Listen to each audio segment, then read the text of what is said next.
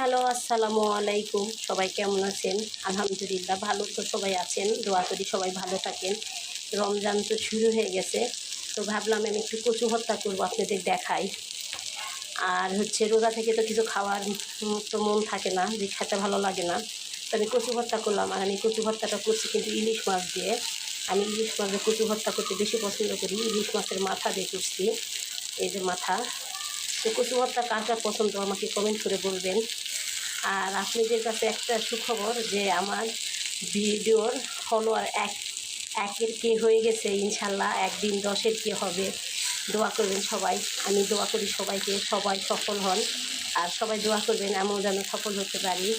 তো আমার ভিডিওগুলো সবাই দেখেন, সুন্দর সুন্দর কমেন্ট করেন, আমার খুব ভালো লাগে। আমিও সবাইকে সুন্দর কমেন্ট করতে চাই, সবাইকে সাপোর্ট করতে চাই। তো আমার ভিডিওগুলো আপনারা দেখবেন, নতুনেরা আমাকে ফলো দিবেন প্লিজ। সবাই পাশে থাকবেন, আমিও সবার পাশে থাকবো ইনশাল্লাহ। তো আমার কচু ভর্তাটা হয়ে গেছে, তো ভাবলাম আপনাদেরকে একটু দেখাই আমি কচু ভর্তা বানাতেছি।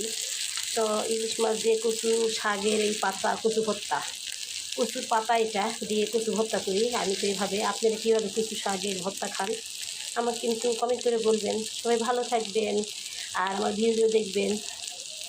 আল্লাহ হাফেজ।